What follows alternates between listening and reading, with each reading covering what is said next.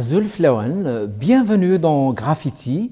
Pour ce présent numéro, il sera largement question de littérature, de comédie, de Bretagne et de beaucoup d'autres belles choses. Pour cela, j'ai l'honneur et le grand plaisir de recevoir l'écrivain Anne-Véronique Herter et la comédienne Mélina Zauber. Anne-Véronique Herter, bienvenue à Berbère Télévision. Merci Youssef. Je t'en prie, Mélina Zauber aussi, bienvenue. Merci. Je t'en prie aussi. Et donc, je commence par donner la parole à Anne-Véronique Herter. Tu viens de publier un excellent roman aux éditions Michelan, Zou. Oui. C'est une belle leçon de vie, une quête de soi-même. C'est vrai, enfin merci. Je ne sais pas si c'est une belle leçon de vie, en tout cas, c'est l'histoire d'une vie ou d'un démarrage, un nouveau démarrage. Parce qu'on a plein d'occasions dans la vie de reprendre à zéro et de rien oublier du passé. Et c'est de ça dont ça parle. D'où le titre un peu de Zou. Oui, tout à fait. Zou. Zou de l'occitan provençal. Voilà. En fait, c'est une expression qui est extrêmement employée, mais peu de personnes savent d'où elle vient. Donc j'avais envie de lui rendre hommage sur la couverture. C'est pour ça que j'ai précisé que ça venait de l'occitan provençal, que c'est le diminutif de Zoumaï et que ça veut dire en avant toute. C'est une expression qu'on emploie très fréquemment pour se donner du courage quand on a une page à tourner, quelque chose de nouveau à faire. Voilà, donc on dit Zou, allez, c'est parti. Et voilà. C'est parti. Et en tout cas, quiconque essaye de lire ton roman, il part tout de suite, effectivement. Hein. Il est captivé. Hein. Donc, même les choses prennent la parole, oui. Comme dans les contes berbères. Dans les contes berbères, les choses et les êtres et les plantes parlent. Oui. Mais dans le conte, on disait, il y a longtemps, les choses parlaient. Elles ne parlent plus maintenant. Mais toi, tu les fais parler oui. dans le bouquin. Hein. Tu commences d'abord par cette machine où il y a une feuille blanche. Oui. Il y a une feuille blanche. Très souvent, alors c'est vrai que c'est un petit peu ma façon de fonctionner, mais je pense qu'on est beaucoup à réagir de cette façon-là quand on a des décisions à prendre ou des choses à faire. Moi, ça a toujours été mon habitude. Je prends une feuille, je griffonne, comme vous êtes en train de le faire aussi. C'est vrai. Comme tout le monde fait, on va prendre un papier, on va écrire, et quelquefois on a besoin de rechercher une inspiration. Et c'est très personnel, mais c'est très vrai. Je me pose devant cette feuille, je dis, allez, qu'est-ce que je peux faire pour commencer ? Allons-y ensemble. Et voilà, j'ai eu l'idée de donner la parole à cette feuille qui est souvent blanche pour qu'elle m'aide à écrire cette histoire. Et donc, je lui ai donné un rôle dans ce roman. Mais le roman est parcouru par d'autres quêtes. Hein, et puis, il y a d'abord cette maison oui. familiale. Oui. Alors, c'est quoi cette maison familiale? Alors, en fait, je peux peut-être faire un petit résumé de l'histoire. Tout faire. Je fais ce que je veux, c'est merveilleux. Oui, bien sûr. Bon, il ne faut pas tout dire, sinon les gens ne vont pas lire le bouquin. Je ne dirai pas tout. Il faut laisser un peu de mystère. C'est l'histoire d'une jeune femme qui, oui. Au moment de la mort de son papa, doit se séparer de sa maison de famille. Et en se séparant de cette maison, elle se rend compte que ce n'est pas qu'un lieu qu'elle quitte, ce ne sont pas que des pierres qu'elle vend, mais c'est toute son enfance et toute son histoire. Et ce que ses ancêtres ont construit, elle est là, elle, pour le détruire d'une certaine façon. Et elle se rend compte que cette maison est une personne. Son importance est tellement énorme dans sa famille qu'elle est devenue quelqu'un. Et de la quitter, c'est aussi douloureux que de quitter quelqu'un qu'on aime. Donc, elle entame un dialogue avec cette maison, effectivement. Et cette maison parle, mais je crois que quand on aime un lieu, un endroit, on les fait parler dans nos cœurs. Je ne pense pas que mon héroïne dans ce roman ou que moi soyons toutes les deux folles de faire parler cette maison, parce qu'on fait toujours parler les objets, les lieux quand on les aime. L'héroïne s'appelle Chance. Oui. Est-ce qu'elle a de la chance dans la vie, Chance? Oui, elle a de la chance, elle a beaucoup de chance. Elle est très bien entourée, elle est très aimée. Elle a une histoire un petit peu particulière, comme tout le monde. On a tous des histoires douloureuses parfois. Bien sûr, bien sûr. Et donc oui, elle a de la chance. Elle les surmonte, hein, dans bien des cas, elle les surmonte. Oui. On reviendra à Zou, hein, juste le temps de donner la parole à Mélina Zauber, qui est, je crois, sur un court-métrage. C'est ça, Mélina? Oui, effectivement. Alors, il s'agit de quoi comme court-métrage? Alors, il s'agit d'un court-métrage qui va s'appeler Zefiro Torna. Zefiro Torna, c'est le nom d'un madrigal de Monteverdi dont le film sera la libre adaptation. Voilà. Donc, c'est l'histoire de Zefiro Torna transposée aujourd'hui dans un film social. Voilà. Oui. Pas un film militant, mais un film qui illustre certaines réalités en France. Des réalités contemporaines d'aujourd'hui, c'est ça? Voilà, notamment la dureté, la complexité du système administratif en France et comment ça peut décourager, par exemple, quelques-uns voilà, dans la recherche d'un travail notamment. Bien Il sûr. s'agit de ça en l'occurrence, Bien sûr, oui. à travers l'exemple d'une mère isolée. Voilà. C'est toi qui joues le rôle de la mère isolée? Oui, absolument. En tout cas, le peu d'images que j'ai vues, tu joues avec beaucoup de grâce et on ne peut qu'être sensible à ta façon donc, de jouer. Et c'est le cas, entre autres, dans Mon Petit 75. Et Mon Petit 75, c'est quoi? Mon Petit 75. Alors c'est drôle parce que on dirait pas comme ça, mais avec le Petit 75, l'action se passe à Paris, en banlieue parisienne, exactement à Meudon. C'est une série historique donc, qui se passe dans les années 1910, juste avant la guerre, puis ensuite pendant la guerre. Mais donc on ne dirait pas, il y a un lien avec la Bretagne que je vais expliquer. En tout cas, mon personnage dans la série a un lien très fort avec la Bretagne. Donc je joue Charlotte de la Vessière, qui est l'épouse du héros, Charles de la Vessière, qui est appelé à la guerre. Et en fait, Charlotte de la Vessière a passé toutes ses vacances au Val-André, station balnéaire des côtes bretonnes, des côtes d'Armor exactement, qu'on doit toutes les deux connaître. Oui. J'y ai des souvenirs très affectifs aussi. Voilà. Et voilà, donc Mon Petit 75, c'est une série passionnante avec beaucoup de moyens mis en œuvre, puisque c'est une fiction historique. C'est une série sur format court, c'est-à-dire que les épisodes font moins de 3 minutes. Voilà. Et c'est historique dans le sens où c'est la Première Guerre qui est racontée, la Première Guerre mondiale? Alors, c'est la Première Guerre qui est racontée. On est fidèle à la réalité historique, aux dates, aux événements, aux costumes, aux mœurs de l'époque. Il y a simplement un parti pris anecdotique dans la série, anachronique même, qui est que c'est la guerre, la Première Guerre, avec un moyen de communication d'aujourd'hui, qui est la webcam. D'accord.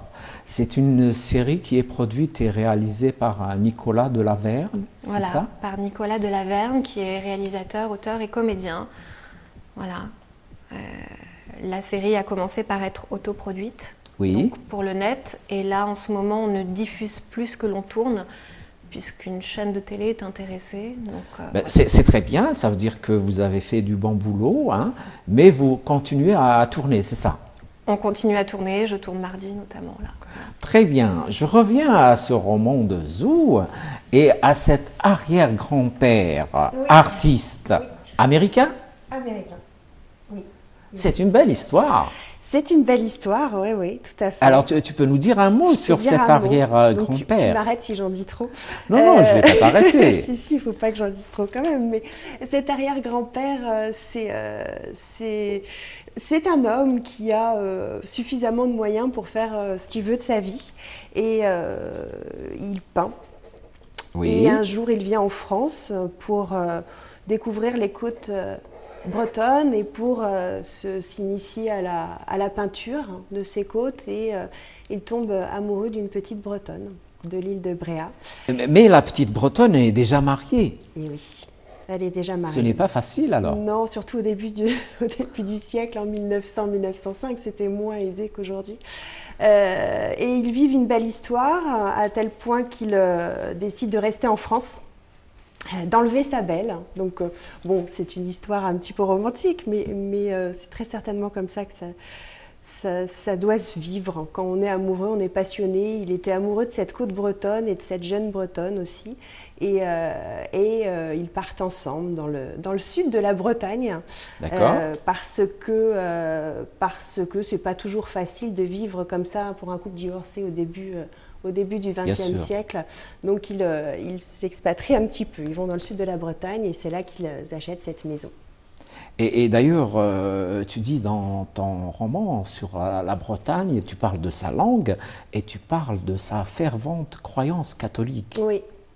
Donc j'imagine qu'au début du siècle, c'était encore plus fort cette croyance, non? Oh, très probablement. Alors, je vais faire un aveu, je n'étais pas née, donc je ne l'ai pas vécu. D'accord, bon.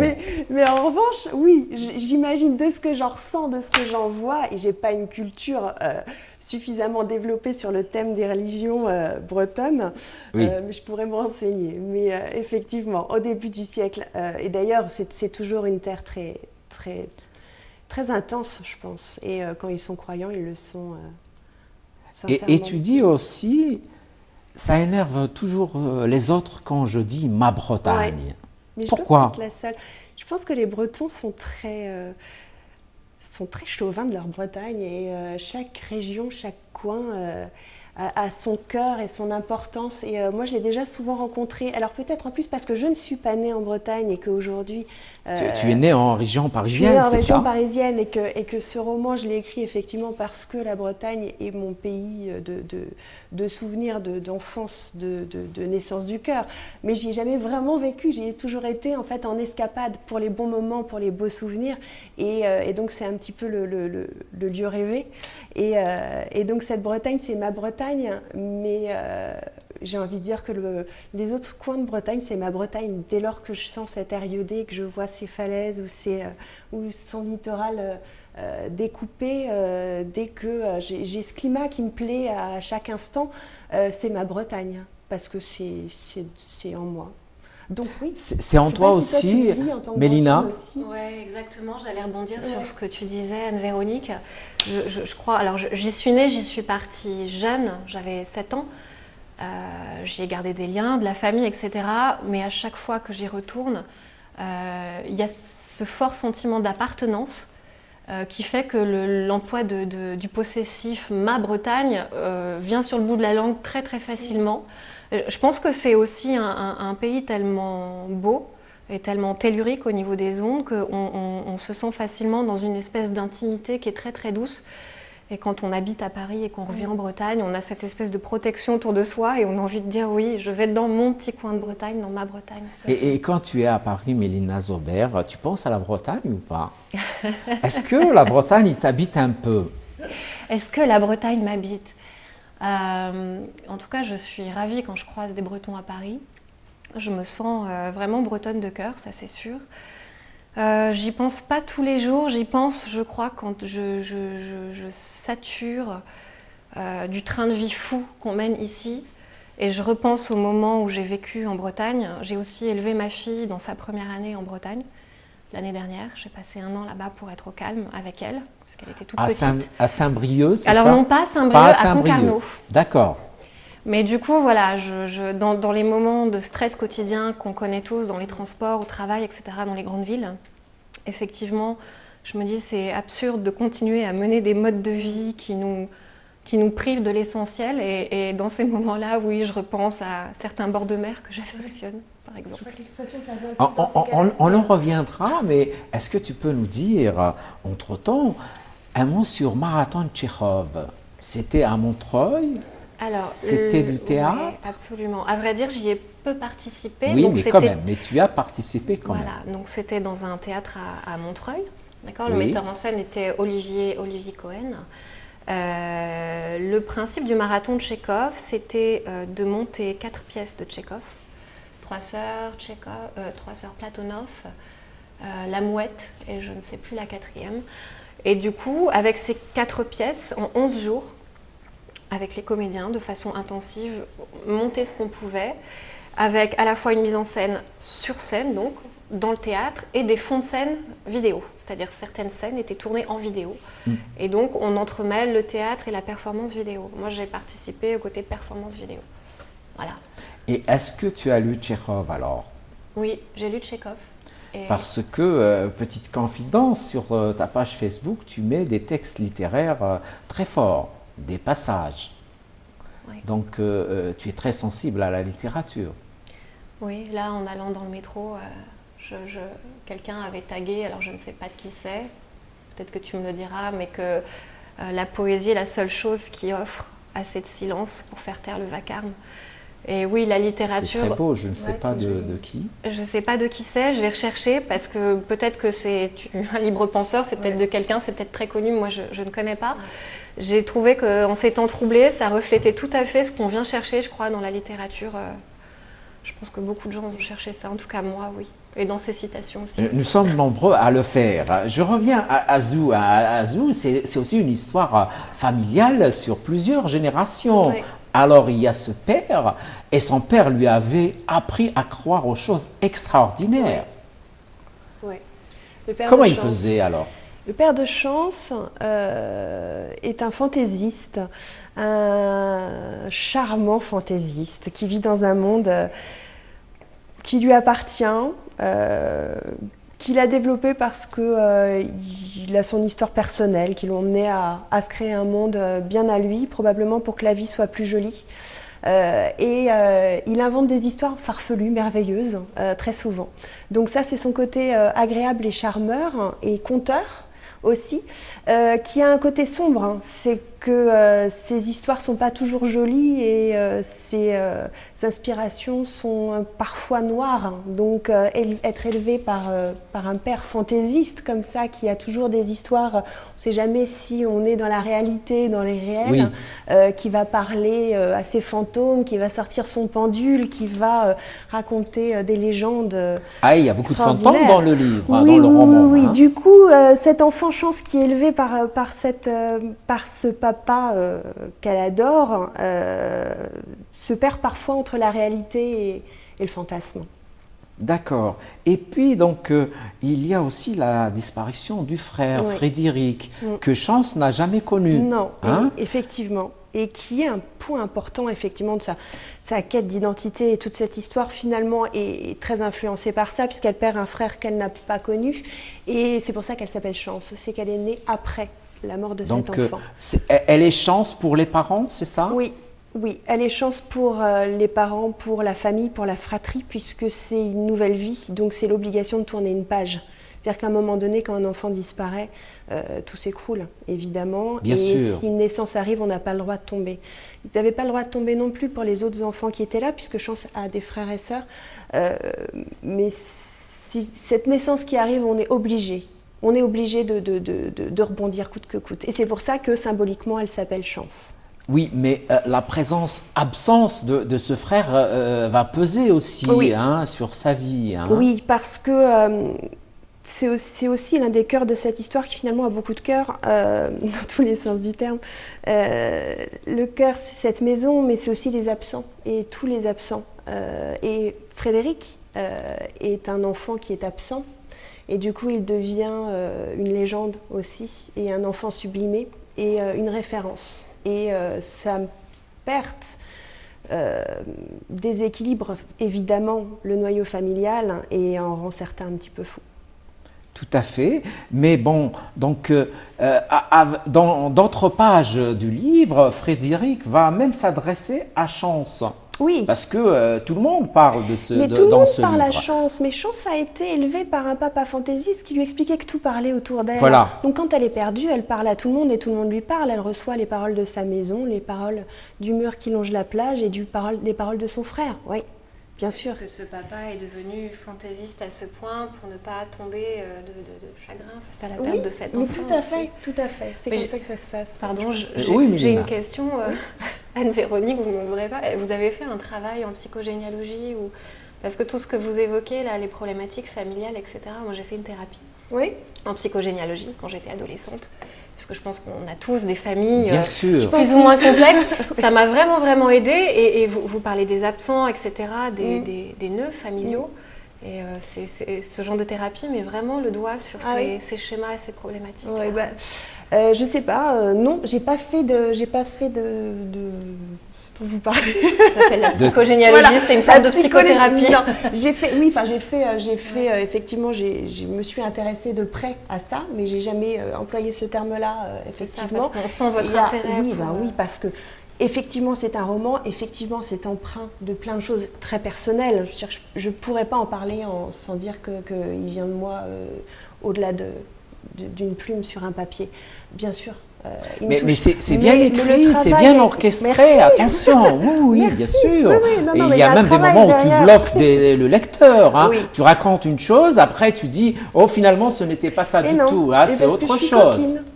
Voilà. C'est parce que je joue, parce que je suis comme Chance et ce Ah, tu es un peu farfelu. comédien toi aussi, comme Oh, Mélina Zobert. On est toutes, bon, On j'ai est pas- surtout j'ai blondes pas- et chippées. C'est ça. Ouais. Elle a du talent, moi je joue. Ah, mais non, non. Si, toi Mais aussi on tu est, as du talent. Mais, ah oui, La dans l'écriture, preuve, je c'est vous, l'espère, oui, bien mais sûr, pas bien dans la sûr. comédie, non.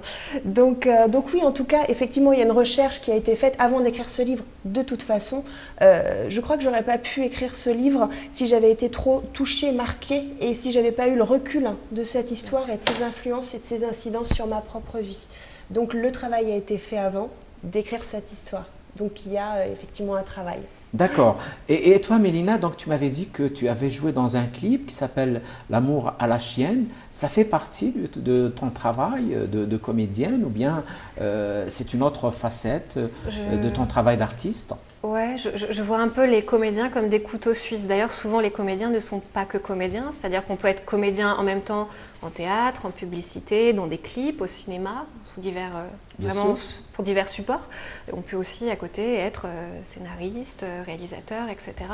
Surtout vu les conditions économiques, je crois beaucoup à la multicompétence. Bien sûr. On est tous multitâches. Oui, oui, bien sûr. Donc là, en l'occurrence, ce clip-là, effectivement, c'était pour dépanner un ami et ça fait partie tout à fait de ce que font les comédiens. Voilà.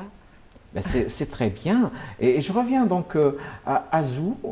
Et donc, il y a une séparation aussi avec le mari, Oui. après 12 ans de vie commune. Oui. Et donc, quand tu décris cela, tu dis, il y a eu des séparations, des retrouvailles, des séparations, des retrouvailles, et puis il y a la séparation. Oui. Oui. Et pourtant, c'est écrit dans ton bouquin, je voulais être un mystère pour lui, pour le compagnon. Donc, ça n'a pas marché, ou bien c'est le temps qui a fait que il y a une fin à toute chose? Non, il n'y a pas une fin à toute chose. Non? Non, non, les choses sont éternelles quand elle veut quand on veut qu'elle le soit, si on est deux à le Oui. vouloir. Maintenant, D'accord. cette histoire-là, dans ce livre, c'était aussi pour montrer que Chance a besoin aussi de savoir qui elle est. C'est une quête d'identité. Et il y a beaucoup de choix qu'elle a fait dans sa vie où elle ne sait plus si ça vient d'elle ou si ça vient des autres, si c'était sa volonté, son désir. Et en D'accord. changeant, beaucoup de choses changent. Bien Et sûr. en faisant un chemin sur soi, on se rend compte que ça a une influence sur plein d'autres choses. Donc dans cette histoire, c'était important aussi de mettre en avant le travail dans sa vie personnelle qui touche pas forcément cette maison, mais son amour et sa vie amoureuse. Et voilà, donc il y a un moment donné où aussi on a envie d'avoir des mystères, d'être un petit peu plus... La séduction passe par le mystère aussi. Et là, Chance passait trop de temps aussi un petit peu étouffée dans sa vie familiale et dans sa vie amoureuse. Et à un moment donné, il faut tourner des pages aussi. Il faut Ça tourner arrive, il faut savoir les le pages. faire. Et nous aussi, nous allons tourner une page puisque nous Déjà allons nous arrêter pour une petite pause publicitaire. On revient donc au débat avec l'écrivain Anne-Véronique Herter et la comédienne Mélina Zobert. Donc, Zou, ce roman, je disais tout à l'heure, je vais me répéter, est une belle leçon de vie. Hein. Il va dans tous les sens, mais il va surtout à l'essentiel. Merci. Je t'en prie, donc on est captivé par plusieurs choses, mais au bout donc, du parcours, on se rend compte qu'il faut souvent être soi-même. Et c'est mieux ainsi. Oui, bien sûr, c'est beaucoup mieux d'être soi-même.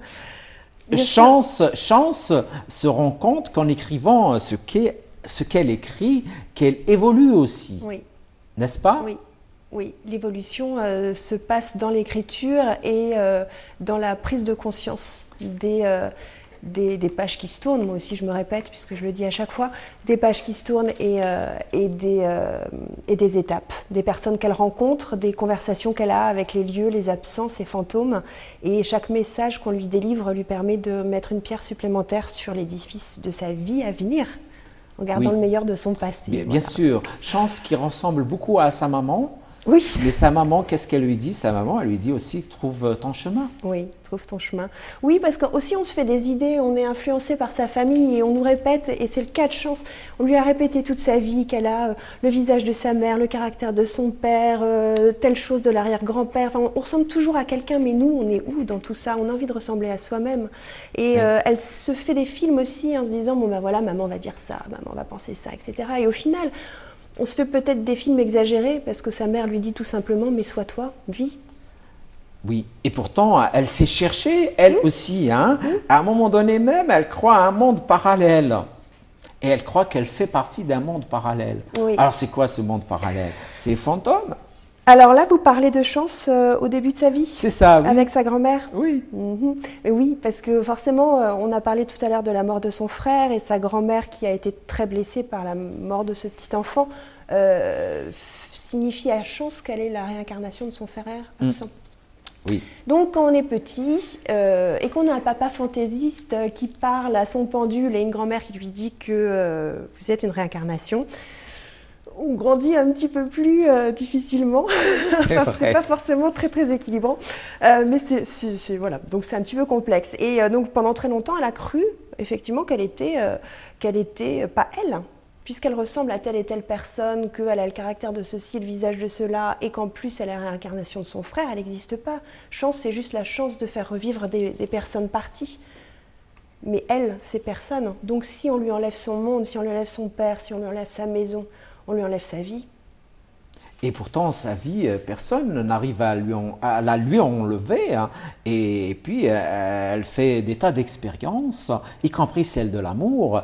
Et donc, tu dis dans Zou, l'amour, c'est un rêve incertain où tu peux à chaque instant te prendre un coup pour de vrai. Oui. Oui. C'est une belle définition du moment. Mais c'est vrai, l'amour, on vit d'amour, on pense à l'amour, on écrit l'amour et on le touche pas. L'amour, c'est en soi. Et en même temps, quand l'amour disparaît, c'est douloureux physiquement. Bien sûr. Donc oui, c'est quelque chose de physique. Mais ça nous aide aussi à progresser, n'est-ce pas? Oui. À devenir justement soi-même. Oui. Oui, et je reviens à Mélina Zobert. Alors, Mélina, comment est-ce que tu te retrouves comédienne alors? Tu as toujours désiré être cela? Alors, c'est une très bonne question. Oui. Merci. Oui, c'est vrai? Très franchement, oui. Et alors, j'ai eu la télé assez tard chez mes parents. J'avais 12 ans quand j'ai vu mes premiers films. Oui. Mais dès que j'ai eu accès au cinéma, j'étais vraiment... je me sentais bien, en fait, devant ces histoires qu'on me racontait avec des images, avec des beaux sentiments, etc. Bien sûr. Mais Anne-Véronique parlait très justement des projections familiales qu'on peut faire sur un enfant. Et pendant très longtemps, j'ai écouté ce qu'on m'a dit autour de moi, c'est-à-dire c'est un métier qui n'est pas un métier, tu n'y arriveras pas, tu es complètement folle, de toute façon, toi, tu as l'intelligence pour faire, j'ai tout entendu, des études de droit, enfin voilà, en tout cas des études qui amenaient à des choses plus concrètes. Et effectivement, j'ai passé, je crois, les 20 premières années de ma vie perdue dans ces desiderata familiaux. Et au milieu de ça, j'avais vraiment du mal à me trouver. Dans le legs familial, je ne savais pas de quoi je voulais hériter. Et puis, il y a eu un déclic alors. Tu as décidé de choisir, de faire ce que toi, tu veux faire? Il y a eu un déclic, effectivement, qui a été, je pense, déclenché en grande partie par le travail que j'ai fait en psychogénéalogie, j'en parlais tout à l'heure, qui nous aide vraiment à faire le tri, justement, de ce qu'on choisit de garder ou non dans les legs familiaux, les legs parentaux, les legs transgénérationnels, voilà. Qu'est-ce qu'on veut être, nous, dans tout ça? Et très vite, je me suis rendu compte que malgré les injonctions de ma famille qui étaient de faire des choses concrètes, moi, j'avais envie, moi, égoïstement, de faire un conservatoire de piano pas et de théâtre. Spécialement égoïstement. Oui. En tout cas, il y avait une certaine culpabilité familiale derrière tout ça. Le mot égoïstement est ironique, c'est à dessein que je l'emploie. Oui, je comprends, bien sûr. Voilà. Bien sûr. Et ce travail de psychogénéalogie, c'est ça? Ouais. C'était comment? Tu peux nous détailler un petit peu? J'avoue que je ne sais pas exactement ce que ça peut vouloir dire. Alors, la psychogénéalogie, c'est une discipline donc, que des psychologues diplômés donc, de psychologie pratiquent en se spécialisant après leur diplôme de psychologie. D'accord ? La psychogénéalogie fait référence à ce qu'on appelle la transgénérationnelle, c'est-à-dire mettre des mots sur les mécanismes familiaux et expliquer dans l'arbre familial quel est le rôle de chacun. C'est-à-dire malgré nous, quel est le rôle qui nous échoit et comment on peut s'en départir. Le père, la mère, la grand-mère ou bien même les ancêtres les plus reculés. Même les ancêtres parfois. Alors après, au niveau des ancêtres, certaines personnes ont accès précisément à leurs arbres, donc ça facilite le travail du thérapeute.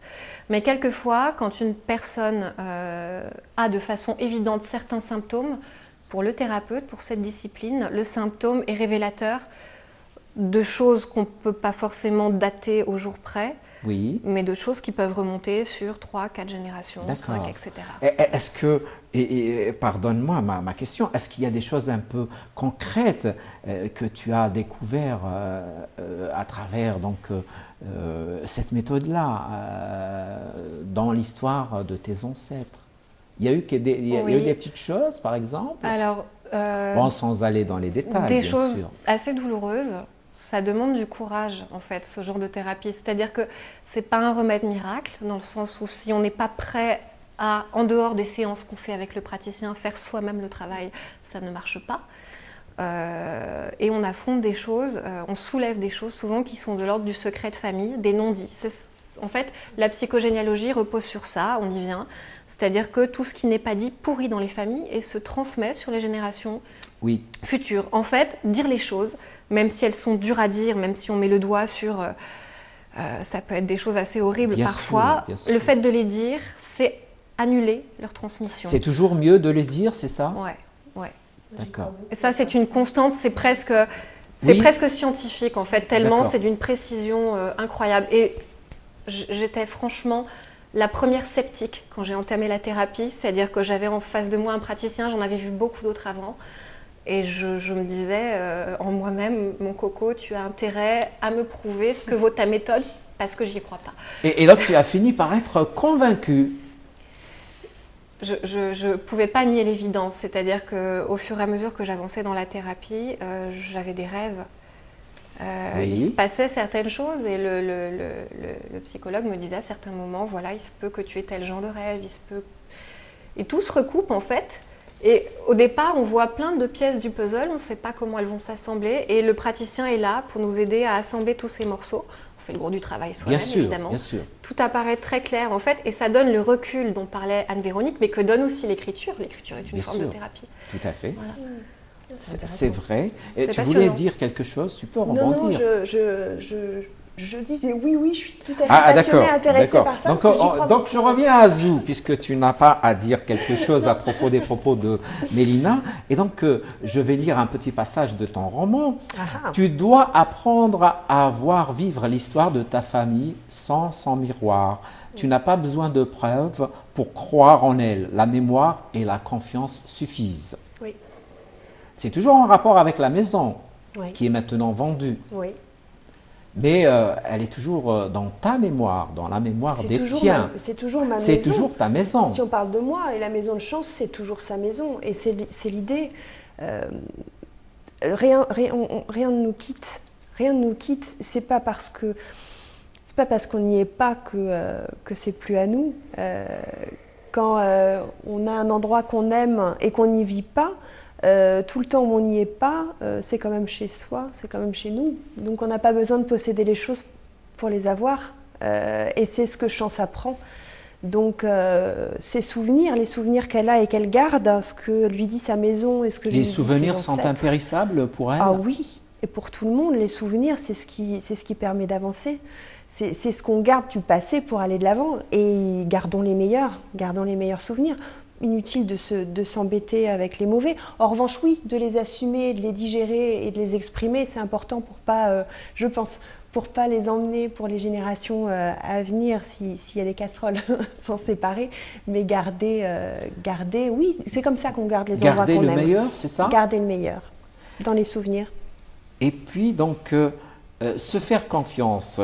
Tu écris juste me faire confiance et faire taire l'ouragan qui est en moi. Oui. Ça, c'est après bien des pérégrinations, n'est-ce pas? Oui, oui, oui. Oui, parce que quand on a des deuils, des séparations, des moments, des chamboulements, et on veut tourner des pages et qu'on fait un travail sur soi, à ce moment-là, Chance, elle est chamboulée parce qu'elle décide de changer plein de choses. Donc c'est l'ouragan parce que c'est un cataclysme, c'est quelque chose d'énorme, on veut tout changer dans sa vie, et pour survivre, il faut tirer des traits. Donc c'est un ouragan, et se faire confiance parce qu'on a toujours une petite voix qui nous parle, et il faut l'écouter. C'est pas pour ça qu'on le fait à chaque fois, mais déjà de dire de se faire confiance, c'est le début du chemin. Et à la sortie du roman, alors, qu'est-ce qu'elle a dit, la petite voix? La petite voix, elle a fait « Oh là là !» Ça y est, il est sorti. Qu'est-ce que... Elle était contente, la petite voix, bien sûr, bien sûr. Peut-être qu'il y avait même plusieurs voix, peut-être que tous les ancêtres ont dit un petit mot. Alors, pour moi, vous me parlez à moi. Oui, tu me parles à moi. Je te parle à toi. C'est pas pour Chance, c'est pour Anne-Véronique. Tout le monde a parlé dans ma tête, oui. Tout le monde a parlé dans ma tête, ma maison m'a parlé, mes ancêtres, mes inspirations. La maison a déjà longuement parlé dans le roman, hein, et elle a dit de très belles choses en plus. Oui. Mais les vivants aussi ont parlé à côté de moi et m'ont bien aidée et bien soutenue pour toutes ces étapes passionnantes. Et toi, Mélina, alors, quand tu termines un travail de comédien, qu'est-ce que tu ressens en général? Une sorte d'apaisement. Oui. Effectivement. Oui, cet ouragan qui est en nous, je pense, a besoin de s'exprimer à un moment donné, et je crois que se laisser traverser par des émotions, c'est principalement ça le métier d'un comédien. Et du coup, une fois qu'un projet se termine, on en ressort avec en tout cas j'en ressors avec une sensation d'être lavé de l'intérieur, apaisé, voilà. Et donc, dans le petit 75, tu parlais de Bretagne. Mm-hmm. Et qu'est-ce que tu nous disais exactement? Qu'est-ce que tu disais exactement sur cela? Alors, au sujet de la Bretagne, je disais que mon personnage, le personnage que j'incarne, Charlotte de la Vessière, oui.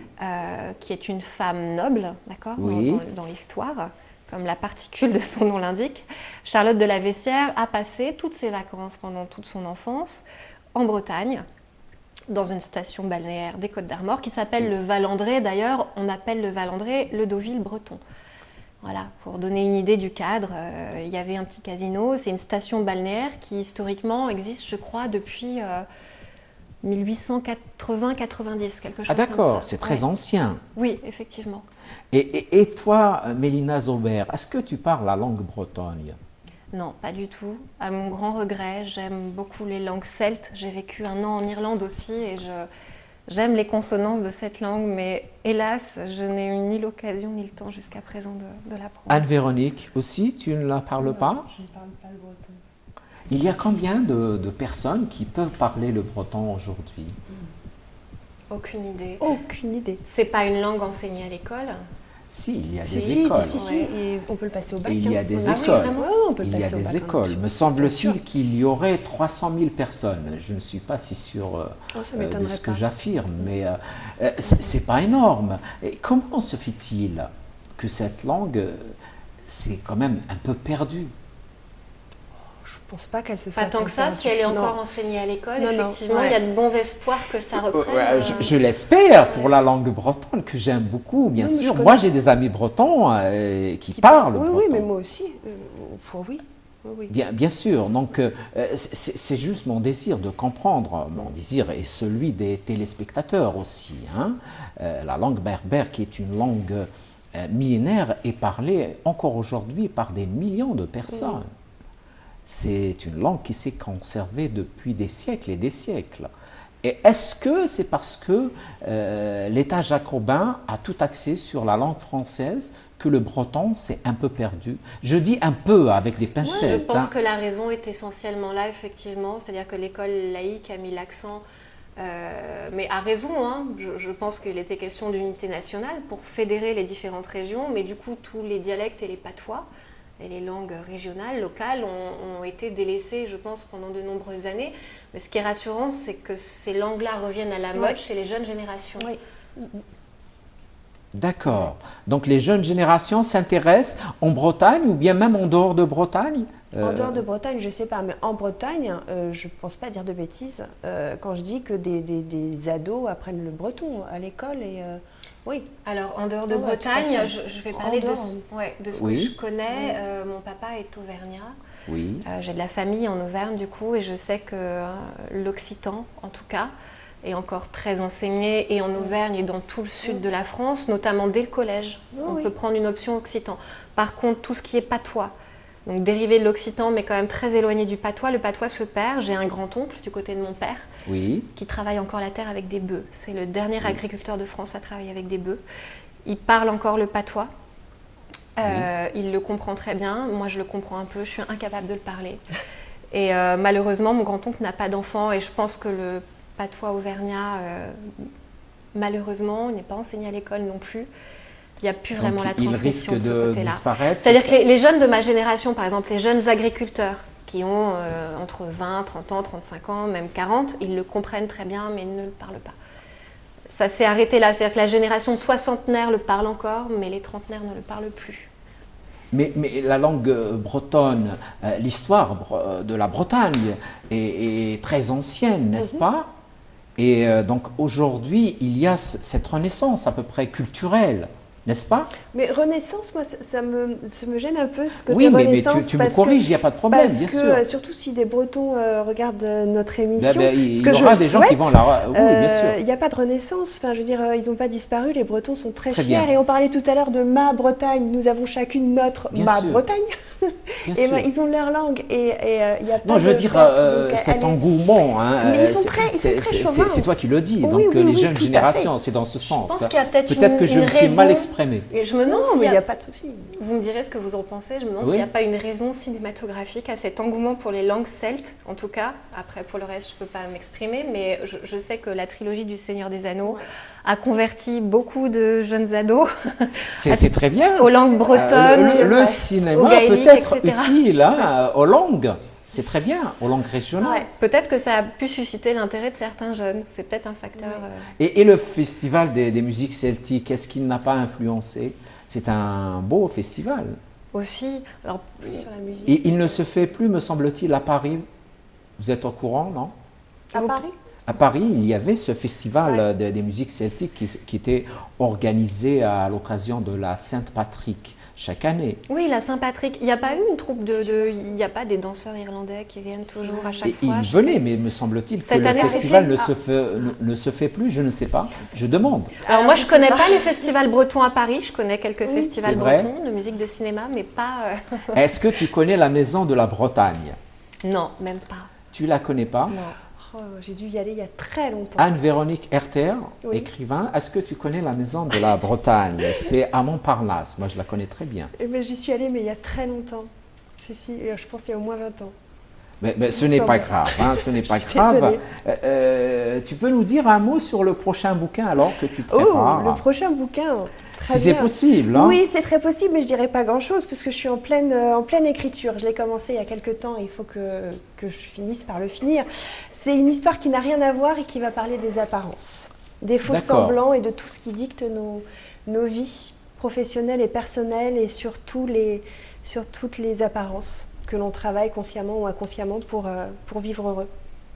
D'accord. Et puisque Mélina s'intéresse beaucoup à la littérature, je lui dirais, est-ce qu'il y a des écrivains qui racontent très bien la Bretagne? Que tu aimes en tout cas? Ou bien des poètes? Pas que je connaisse. J'ai très peu lu de choses sur... oui, je suis jeune et j'ai une culture très défaillante malheureusement. Mais c'est pas grave. Il y a même de jeunes écrivains qui racontent très bien la Bretagne d'aujourd'hui. Hein. C'est un pays magnifique qui inspire les poètes et les écrivains. J'ai reçu moi-même ici dans cette émission un écrivain qui s'appelle Céline Marois, qui écrit et qui raconte la Bretagne d'aujourd'hui. Et donc, ce n'est pas grave pour la Bretagne, mais sinon, la littérature en général, alors, Mélina Zober est comédienne. Quels sont les écrivains qui t'inspirent dans ton métier d'écrivain, de comédienne? Les écrivains qui m'inspirent dans mon métier de comédienne? Ou que tu aimes en général? Que j'aime en général. en fait, ce que je recherche dans un livre, j'ai pas un écrivain préféré. Ce que je D'accord. vais rechercher, c'est vraiment un lâcher-prise, une émotion. Donc, ponctuellement, certaines fois, je suis vraiment emportée par un livre. C'est assez rare, mais ça arrive. Je commence à m'intéresser à la littérature américaine, que je connais très très peu. Voilà, j'ai principalement lu énormément de théâtre et ça demande beaucoup d'assiduité. Et du coup, je pense que j'ai délaissé le roman, certainement à tort. Voilà.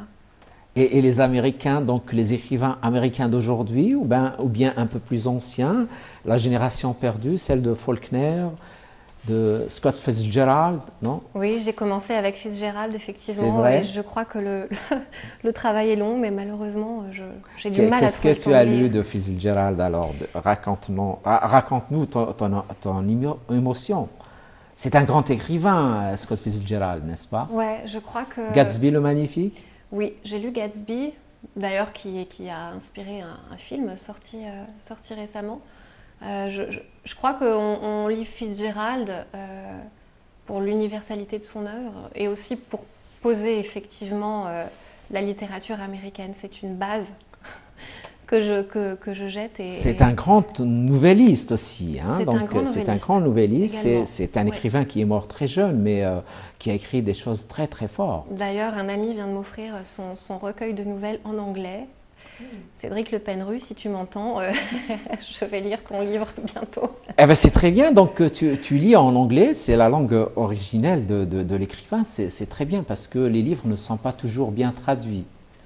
En tout cas, Fitzgerald est bien traduit, oui, tout comme Faulkner aussi. Effectivement. Ce qui est mal traduit parfois, je trouve que c'est le cinéma en langue anglaise américaine. Oui, oui. Mais ça, c'est un autre débat. J'aimerais toucher juste un petit Oui, mot bien sûr. pour un ami qui fait partie des organisateurs d'un festival de court-métrage à Oui. Binic, qui est le festival Paul Simon. Oui. Je crois que cette année, au mois de juin, ça va être la 3e ou 4e édition. C'est un très beau festival de court-métrage avec vraiment une sélection variée, hétéroclite, très Oui. agréable. Il y a un jury chaque année qui donne des prix et je tenais à saluer cette initiative bretonne qui prend un petit peu d'essor, un festival de qualité. Voilà. Festival Paul Simon, c'est en juin. Je crois que c'est aux alentours du 15 juin. C'est magnifique. Bon vent à eux. Et toi alors, Anne-Véronique Herter, tu as écrit Zou. Oui. Un autre bouquin est en préparation, il va bientôt sortir, je l'espère. Mais tes influences littéraires alors? Tu dis dans le roman, en fait, Chance, qui est un peu toi, qu'elle s'est toujours intéressée aux écritures, aux livres, Oui. aux écrivains. Mais quels sont les écrivains qui t'ont un peu poussé à écrire alors? Alors là, on va revenir à mon adolescence. Et mes coups de cœur, ça a été Barjavel, Oui, L'Enchanteur. Ça a été... c'est des mondes complètement épars. Les Mémoires d'Adrien, oui. Marguerite Yourcenar. Yourcenar, oui.